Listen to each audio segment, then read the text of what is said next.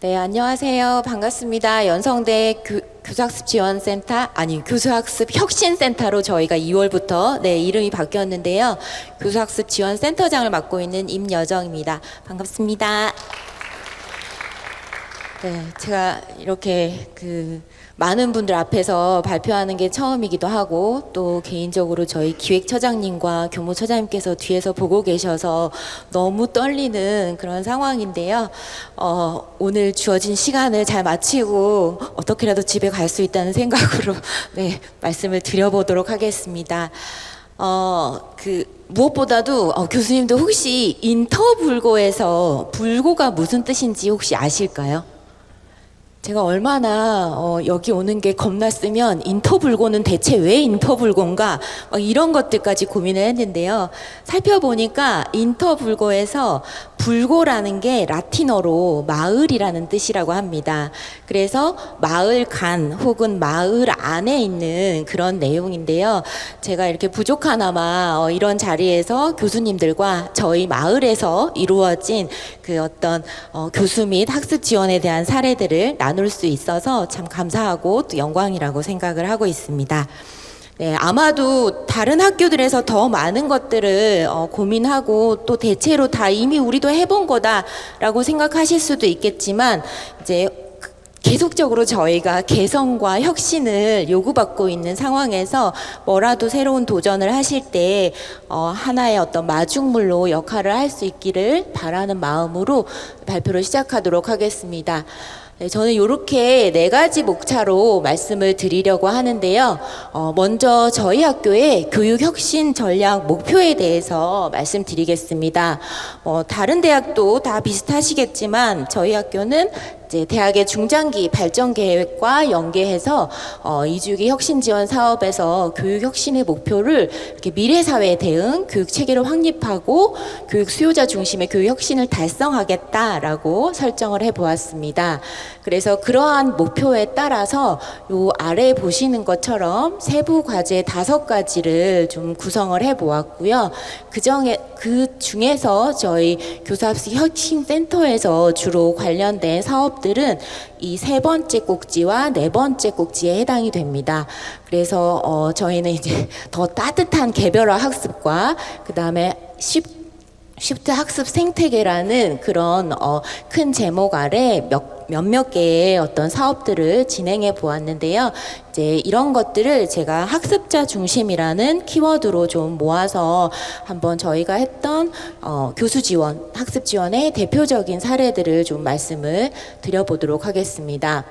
사실 제가 너무 부족한데도 이 자리에 설 수 있게 된 것은 바로 이 완전학습 ABC2G라는 이 프로그램 때문입니다. 이게 보고서를 열심히 보시는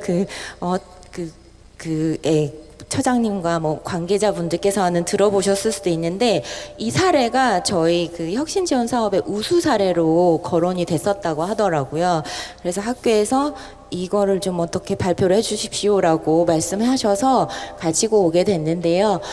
저희가 이제 완전학습 ABC2Z라고 해서 이 프로그램을 구성한 어떤 목적은 다양한 학습자들 유형이 있다고 생각을 했습니다.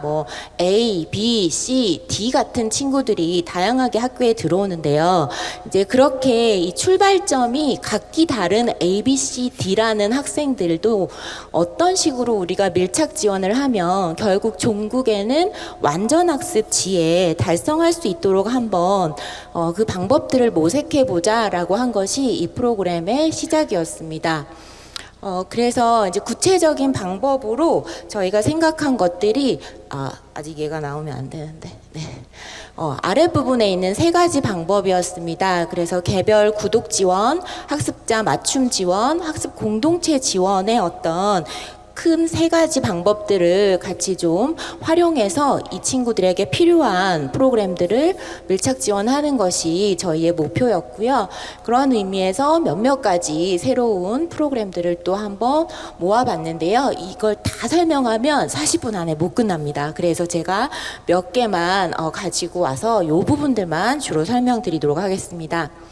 첫 번째 사업이 바로 구독학습 온라인 컨텐츠입니다. 제가 아마 배부한 자료에는 그냥 온라인 컨텐츠라고만 제목을 달아놨는데 사실 이 사업은 이제 구독학습 딜리버리 앤 온라인 컨텐츠로 묶여 있는 사업이라고 보시면 되겠고요. 이제 학생들이 자율학습을 좀 할 수 있는 그런 보조학습 컨텐츠를 우리가 준비해서 그런 부분들을 통해서 반복학습이나 이제 필요한 경우에 좀 활용하면 좋겠다라는 목적으로 시작이 되었고요. 그 과정에서 저희가 조금 컨텐츠들을 많이 만들 수는 없으니 이제 이런 부분들을 활용도를 높게 하기 위해서 어떤 부분들에 좀 연결시키면 좋을까 했을 때 저희는 이제 대학 혹은 전공 핵심 역량과 연계하면 좋겠다 해서 우선 23년도에는 교양교과 관련된 컨텐츠들로 좀 구성을 해보았습니다.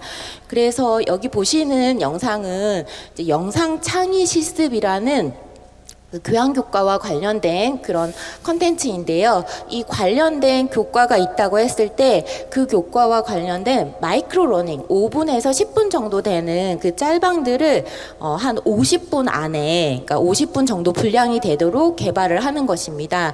그래서 그런 부분들을 개발한 뒤에 구독학습 딜리버리의 어떤 컨텐츠로 활용할 수도 있고요. 또 다른 방법으로도 활용을 할 수가 있는 부분이 있는데 제가 자료에는 같이 포함시키진 않았지만 이제 구독학습 딜리버리라는 프로그램도 저희가 이제 야심차게 한번 준비를 해봤는데 사실상 여기서 이런 말씀 드려도 되는지 모르겠지만 우수 사례로 뽑히긴 했지만 그렇게 교내에서는 이렇게 환영을 받고 있지는 못한 상황입니다.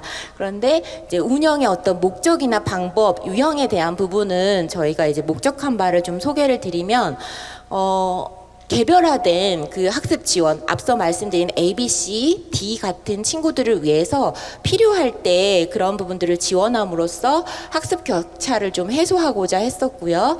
그리고 시공간에 구애받지 않는 그런 반복 학습이 가능했으면 좋겠다. 그리고 전공과 연계된 어떤 컨텐츠를 통해서 사전 사후 학습 지원이 가능했으면 좋겠다라는 목적으로 이 프로그램을 개발하게 됐는데 이 부분에 대해서는 저희가 처음이다 보니까 운영하시는 교수님들께 너무 제한을 드리진 않았고요. 교수님들께서 활용하시기 편한 쪽으로 선택해서 진행하십사라고 부탁을 드렸고, 단 하나 이제 부탁드린 거는 한 학기당 최소 6번 이상 딜리버리가 진행될 수 있도록 해주시면 좋겠다라고 해서 지금 현재 이렇게 보통 한 10과목 정도씩 매년 진행을 하고 계시는데요. 이제 구독학습의 유형이나 컨텐츠 유형은 보시는 바와 같이 진행이 되고 있는 상황입니다. 아이고. 네, 그 다음에 두 번째 소개해드릴 것은 학습 브릿지 캠퍼스입니다. 각 학교에 보시면 이제 학교를 쭉 열심히 다니는 친구들도 있지만 중간중간 사정이 생겨서 뭐 휴학을 한다든지 혹은 전과를 한다든지 편입을 한다든지 해서 학습 공백이 생기는 학생들이 종종 있습니다. 그래서 그 학습 공백이 있는 학생들의 학습 역량이나 혹은 학과 적응 역량들을 좀 지원하기 위해서 저희가 만든 프로그램이 학습 브릿지 캠퍼스였고요. 이제 이 부분은 이제 그러니까 각 학과에서 매년 해당되는 학생들의 인원이 다르기 때문에 그 학생들에 맞게 전공 교과를 좀 이렇게 튜터링이나 특강의 형식으로 제공하시기도 하고요. 혹은 또 대학 적응과 관련된 필요한 내용들을 같은 시간을 내서 좀 같이 지원을 하시기도 하는 프로그램인데요. 한 가지 좀 특징적인 것은 저희가 워낙은 주로 편입, 전과, 복학, 휴학생에게만 학습 브릿지 캠퍼스를 좀 열어놨었는데 올해 처음으로 이제 저희 학교에는 장애 학생들을 지원하는 그 도우미 학생들이 있습니다. 그래서 그 학생들을 위한 또 멘토링 지원도 이 캠퍼스 안에 같이 포함을 시켜서 조금 이렇게 학습의 소수자라고 할 수 있고 뭐 학습과 아주 직접적으로 연결되진 않는다 하더라도 간접적으로 좀 도움이 되는 어떤 상황들이 생겼을 때 이 프로그램을 통해서 지원을 하고 있는 상황입니다. 세 번째 말씀드릴 피어 튜터링은 저희 학교에서 학생들의 선호도가 가장 높은 그런 프로그램인데요. 앞서 그 부천대에서도 말씀하셨다시피 학생들이 이제 바로 앞에 간 친구들의 학습을 따라갈 때 가장 좀 학습의 효과도 높고 또 이렇게 여러 가지 또 다른 부가적인 효과들도 좀 도모할 수가 있는데, 그런 입장에서 저희는 이제 선수 학습자와 그리고 필요한 어떤 도움이 필요한 학생들을 멘토와 멘티로 엮어서 피어 튜터링으로 해서 전공 과목이라든지 과제 수행 이런 부분들을 좀 지원받게 했었습니다. 그래서 이 사업이 원래 기존에 좀 연성대 어떤 학습 공동체 대표적인 프로그램으로 자리를 잡고 있었는데, 이제 올해 23년도에는 이것의 어떤 좀 버전업된 그 프로그램으로 연성 숨고라는 또 프로그램을 같이 한번 시도해 보았습니다. 저희 교무처장님께서 또 아이디어를 주셔서 한번 시도를 해보았는데요. 이제 피어 튜터링이 각 전공에 좀 제한된 그런 학습 공동체라고 하면, 연성숨고는 학년이나 학과에 구분 없는 개방형 튜터링으로 저희가 컨셉을 잡고 한번 계획을 해보았었습니다. 그래서 아마도 이제 숨고라는 이름은 여기저기서 들어보셨을 건데요. 이제 연성숨고라고 해서 연성대에 있는 숨은 고수다라고 해서 각 전공과 관련한 혹은 본인의 어떤 관심사와 관련한 컨텐츠를 개인이 마련을 해서 그것들을 다른 학과 친구들에게 한번 이렇게 강의를 좀 해보는 그런 경험들을 할 수 있도록 지원을 했었습니다. 그래서 실제로 이렇게 사실 신청은 좀 많이 하긴 했지만 마지막까지 간 친구들은 이제 한 3팀 정도밖에 안 되기는 하는데요. 여기 위에 오른쪽 상단에 있는 이제 나의 식단을 분석해보는 식영과 학생이 진행한 이 프로그램 같은 경우에는 상당히 내실 있게 좀 진행이 잘 된 프로그램으로 저희가 손꼽고 있는 상황입니다. 그리고 네 번째 이제 프로그램은 이것도 학습 공동체 지원의 어떤 또 다른 양상의 프로그램이라고 할 수 있는데요. 저희가 23년도에 지금 그 성인학습자 반이 생겨가지고 그 성인학습자분들이 들어오셨는데, 이제 이분들이 아무래도 학교 적응하는데 좀 애로사항들이 있잖아요. 그래서 이 시니어 학습자들과 학과의 어떤 선배 간의 학습 공동체로 다양한 필요한 그 지원들을 해 나가는 걸로 친구, 그래서 친할친 오렐구 해가지고 친구 학습 지원의 프로그램도 같이 진행을 하고 있습니다. 네, 이렇게 이제 그 완전 학습 ABC2Z는 이제 그런 학습자의 어떤 특성에 따른 밀착형 지원을 좀 강조한 부분이었고요. 사실 그 아시다시피 저희 앞서서 김수현 부총장님께서 강의해 주신 것처럼 사실 이런 다양한 교수법들이나 뭐 학생 지원이 있다 하더라도 그것에 가장 그 중심이 되는 린치핀은 이제 교수 역량이라고 할 수밖에 없을 것 같은데요. 이제 그런 맥락에서 어떻게 하면 조금 더 즐기면서 아이들에게 학습을 제공할 수 있나라는 측면에서 저희가 이제 연성 에듀테인먼트 러닝이라는 꼭지 안에 몇몇 가지 또 프로그램들을 진행해 본 것들을 소개해 드리려고 합니다. 그래서 에듀테인먼트 러닝은 흥미 기반 경험 중심 학습을 좀 지향하고요. 그래서 이 프로그램들을 통해서 학생들이 학습 동기를 좀 부여받고 학습 몰입도를 향상시키고자 한 부분인데요. 제마이 학습과 배워볼 랩 이 두 가지 내용을 간단히 말씀드리려고 합니다. 그래서 제마이 학습 같은 경우에는 많이들 들어보셨을 텐데, 이제 게이미피케이션이라는 교수법을 이제 저희가 적용한 교과목들을 좀 같이 한번 고민해보고 그와 관련해서 전문가의 컨설팅을 받고, 그리고 또 교수 공동체를 통해서 교수님들 간에 서로 어떻게 더 디벨롭하면 좋을지를 논의하고 그것에 대한 실행을 또 공유하는 그런 일련의 과정들을 통해서 진행을 했었습니다. 그래서 사실 그러니까 학교의 많은 사업들이 그렇듯이 시작을 할 때는 저건 또 뭐야, 왜 하는 거지? 막 이런 생각들을 많이 하시기도 했었는데요. 다행히 저희가 많이들 협조해 주신 덕분에 계획 대비 233%의 어떤 달성도를 나타내게 됐고요. 이제 유아교육과나 건축학과, 뷰티 스타일리스트과, 관광중국어과 등 각 과에서 활용할 수 있는 어떤 운영의 사례들을 같이 축적했다는 데서 큰 의미를 가질 수 있을 것 같고요. 특히 이제 그 유아교육과 사례는 제가 같이 참여를 했었는데 처음에는 이것도 왜 하지? 라고 했었는데 이렇게 좀 재밌게 수업을 하다 보니까 교수자로서의 어떤 그 교수 효능감도 높아지고 학생들의 또 집중도나 반응들도 좋아서 모두가 좀 의미 있다고 생각했던 그런 과정입니다. 그 다음에 이제 두 번째 또 프로그램은 배워볼 랩이라고 하는 것인데요. 제가 이렇게 쓰고 보니까는 배워볼 랩이 교수 지원이라고 할 수가 있나 하는 생각은 드는데 저희 사업 안에서는 이제 이 부분에 좀 같이 묶여져 있는 거라 같이 설명을 드리자면 이 부분은 학습자들이 스스로 재미있는 컨텐츠를 만들어 보게 하는 그런 프로그램입니다. 그래서 여기 지금 제가 포스터를 조금 더 키워서 가지고 오긴 했는데 자기소개 영상이라든지 아니면 오늘의 룩북이라든지 혹은 전공과 관련된 다양한 짤방이라든지 이런 부분들을 좀 영상으로 만들 수 있게 도와주는 그런 프로그램인데요.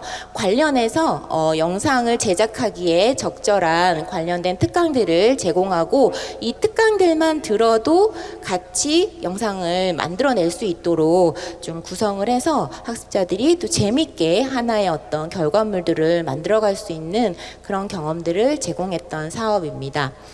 네, 이렇게 이제 저희가 학습자 중심이라는 키워드로 교수 지원, 학습 지원에서 진행했던 프로그램들을 말씀드렸는데요. 주요 성과라고 하기는 그렇지만 제가 이 내용을 작성하면서 그러면 정말 우리는 원래 우리가 이 프로그램들을 통해서 목적하고자 한 것들을 달성해냈는가 하는 생각을 하게 되었습니다. 그런 측면에서 다시 한번 되짚어 봤을 때 이 두 개의 꼭지가 1번, 2번에서 우리가 좀 하고자 했던 부분들을 그래도 어느 정도는 하고 있지 않았나. 그리고 다는 아니지만 아주 큰 변화는 아니라 하더라도 그런 방향성을 가지고 가는 어떤 발걸음으로 시작의 의미가 있지 않나 하는 생각을 했습니다. 그래서 이제 맞춤 그 ABC2Z 완전 학습 프로그램 같은 경우에는 이제 이런 부분들을 통해서 학습자들의 공동체 역량이나 자기주도 역량을 좀 제고시켰다고 평가를 할 수가 있겠고요. 또 에듀테인먼트 러닝 프로그램들도 다양한 방법으로 학습 생태계를 전환하고자 하는 그런 노력으로 좀 의미가 있었다라고 생각을 하고 있습니다.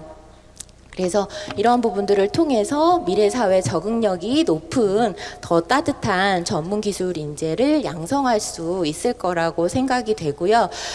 마지막으로 제가 혹시라도 근데 왜 학습자 중심을 키워드로 잡았어요? 내지는 왜 학습자 중심이 필요해요? 라고 혹시라도 질문하시지 않을까 하는 생각도 들고 또 저 스스로 나는 이걸 왜 중요하다고 계속 생각하고 있었지? 라는 것에 대한 그냥 정리를 좀 한번 해보았는데요. 지금 보시는 거는 어떻게 보면 산림 생태계의 사진입니다. 근데 이 산림 생태계가 학습 생태계와 유사한 측면이 있다고 생각이 되는데요. 이 산림 생태계에는 아주 다양한 종류의 생물들이 군집해 있고 그런 다양한 생물들의 특성으로 인해서 그것들의 공진화가 더 확장되는 특성이 있다고 해요. 그것처럼 저희가 마주하는 학습자들도 다각기 다 각자 배경이나 재능이나 흥미가 너무나 다른 존재들이라고 생각을 합니다. 그래서 이제 그 학습자들이 각자 이전처럼 어떤 일관되고 획일적인 교수 방법이 아니고 교육이 아니라 학습자 특유의 어떤 재능을 개발하고 이것들을 각기 다른 방향으로 진화시켜 나갈 수 있도록 돕는 교육이 저희가 이제 학습자 중심을 강조하는 그 이유가 아닌가 하는 생각으로 이 발표를 좀 정리해 보았습니다. 네, 경청해 주셔서 감사합니다.